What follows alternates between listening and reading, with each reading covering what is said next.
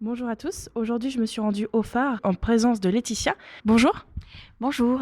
Du 30 juin au 17 juillet 2021, au Havre se déroulera des Master Phares avec Fahrenheit. Qu'est-ce que c'est ce festival Fahrenheit? Donc le festival Fahrenheit qui se déroule en effet du 30 juin au 17 juillet est un festival qui permet au public de rencontrer les artistes qu'on a accueillis au phare en résidence l'année qui précède en général. L'idée de Emmanuelle Vaudine, qui est la directrice du phare, est de accompagner les artistes à la fois en production, c'est-à-dire avec des résidences et un apport financier, mais aussi en diffusion. Et l'occasion est donnée dans le cadre du festival Fahrenheit, qui exceptionnellement cette année est reporté à ce début d'été, alors qu'habituellement il a lieu fin janvier, début février. Le phare, c'est la danse? C'est ça, le phare, c'est un centre chorégraphique national, donc on a la chance en Normandie d'en avoir deux, un en ex-Basse Normandie, dirigé par Alban Richard, et puis au Havre, le deuxième, dirigé par Emmanuel depuis 2012. Et en fait, c'est un lieu qui est dédié à la création chorégraphique, oui, aux différentes écritures chorégraphiques. Et donc notre première mission, c'est d'accompagner les créations d'Emmanuelle Vaudine, la directrice, à la fois dans ses créations et puis ses tournées qui accompagnent son projet, et puis aussi de partager l'outil, c'est-à-dire quand on parle d'outils, on parle des studios, des appartements qui permettent aux artistes de venir travailler dans des conditions professionnelles avec un accompagnement technique. Voilà, ça c'est notre deuxième mission. Et la troisième mission, on peut dire que je la représente dans le sens où c'est le développement de la meilleure connaissance du secteur chorégraphique et des projets de danse sur le territoire. Tout au long du festival, 15 équipes artistiques proposeront donc 15 spectacles et installations pour 22 représentations en total. Comment est-ce que ça va s'organiser? On a monté des partenariats avec d'autres lieux qui nous accompagnent habituellement, le Théâtre des Bains-Douches, le Volcan, l'Artothèque cette année pour la première fois, le Fort de Tourneville, enfin voilà, plein de lieux partenaires. Donc il y a à la fois des spectacles qui se passent chez nous, directement au phare, au 30 rue des Briquetiers, dans le quartier de l'Eure, et d'autres qui sont directement dans les lieux partenaires. Par exemple, au phare, c'est le Master Phare du coup qui se déroule. Qu'est-ce que c'est le Master Phare? Alors habituellement, les Master Phares, en effet, comme leur nom l'indique, se passent au phare. Mais là, comme on est en été, eh ben, on a la chance de pouvoir les faire en extérieur. Donc en fait, cette année, on a délocalisé, on a proposé des parcours de Master Phare qui se sont délocalisés en extérieur.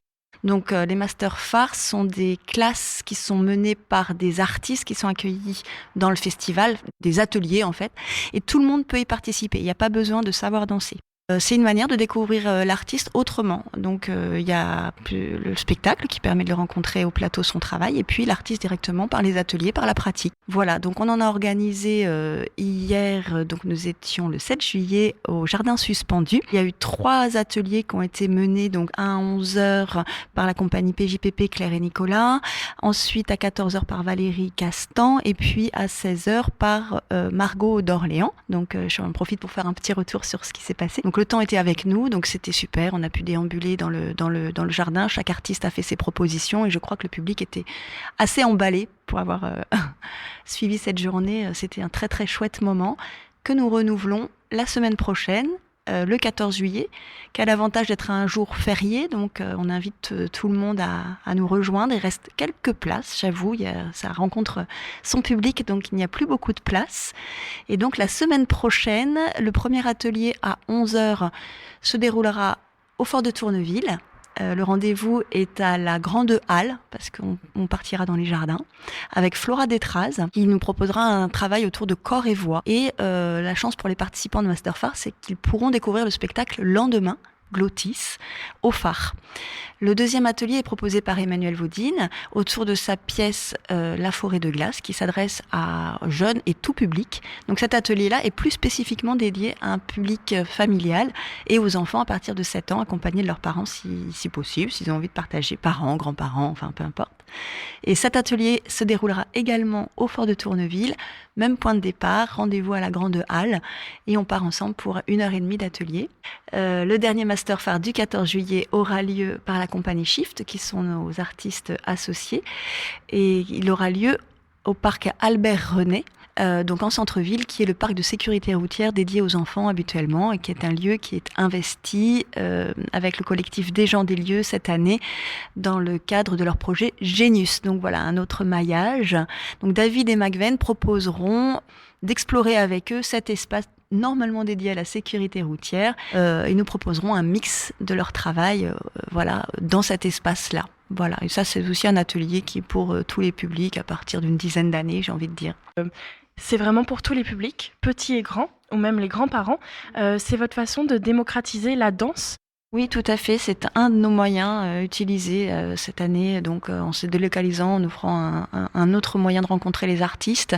Habituellement, on fait aussi des appels, ce qu'on appelle des appels de phare, qui sont aussi des répétitions publiques et des rencontres avec les artistes, qui sont un autre moyen d'ouvrir à d'autres publics. Et en fait, la démocratisation de la danse, de la culture en général, fait partie de nos missions, de nos envies, évidemment. Et donc, ça s'inscrit aussi par des projets d'action culturelle habituellement. Enfin, voilà. Donc, on essaye de développer plein de moyens différents pour que les gens accèdent à la connaissance de la danse et à sa diversité. C'est important pour le phare, mais c'est important tout court, je crois, en fait, que la culture s'adresse au plus grand nombre et puis que la danse est quand même un moyen d'être ensemble très très fort et donc il faut que un maximum de personnes puissent y participer tant qu'à faire et surtout c'est un monde qui est très très large. Pour moi c'est une telle évidence, mais en même temps c'est vrai que ça n'est pas pour tout le monde. Enfin, ça ne l'est pas pour tout le monde. Si ça parle à 1, 2, 3, 10, 20, 30 tant mieux, on fait ce qu'on peut pour ça en tout cas. Est-ce que vous pouvez nous parler du programme de ce week-end et de la semaine prochaine? Donc déjà, il y a une installation qui est en accès libre à l'Artothèque de l'Esadar, donc rue Paul-Doumer en centre-ville, avec Talking Dance, qui est une autre manière d'aborder l'écriture chorégraphique par des pièces sonores et chorégraphiques. Donc c'est un peu des siestes sonores, j'aime bien les nommer comme ça. C'est un moment de détente où on écoute des paysages qui sont décrits, on est assis confortablement, on a un casque sur les oreilles, et ça c'est pareil, ça peut être avec les enfants, je trouve. Ce sont des petites pièces de 10 minutes, il y en a 6 ou 7, et donc en tout ça fait 1 heure, mais on peut en écouter une, on peut en écouter 2. Ça a lieu pendant tout le festival, du mardi au samedi, de 14h à 19h. Hélène Souillard vous accueille avec grand plaisir. Et puis, ce week-end, on a Dominique Boivin. Donc, pareil, j'invite vraiment tout le monde à découvrir ce spectacle qui permet de comprendre comment la danse contemporaine s'est développée au travers de son parcours depuis les années 80. Et donc ça, c'est à 21h au phare. C'est vraiment un très chouette rendez-vous. Et nous avons aussi des visites mal guidées avec la compagnie PJPP, Claire Laureau et Nicolas Chéniaud, qui nous proposent de mal visiter l'exposition qui a lieu en ce moment. Et donc ça, les réservations se font directement au MUMA. Je pense qu'il reste quelques places. Je vous remercie pour votre présence et puis on se retrouve donc pour le festival. Avec plaisir, à bientôt.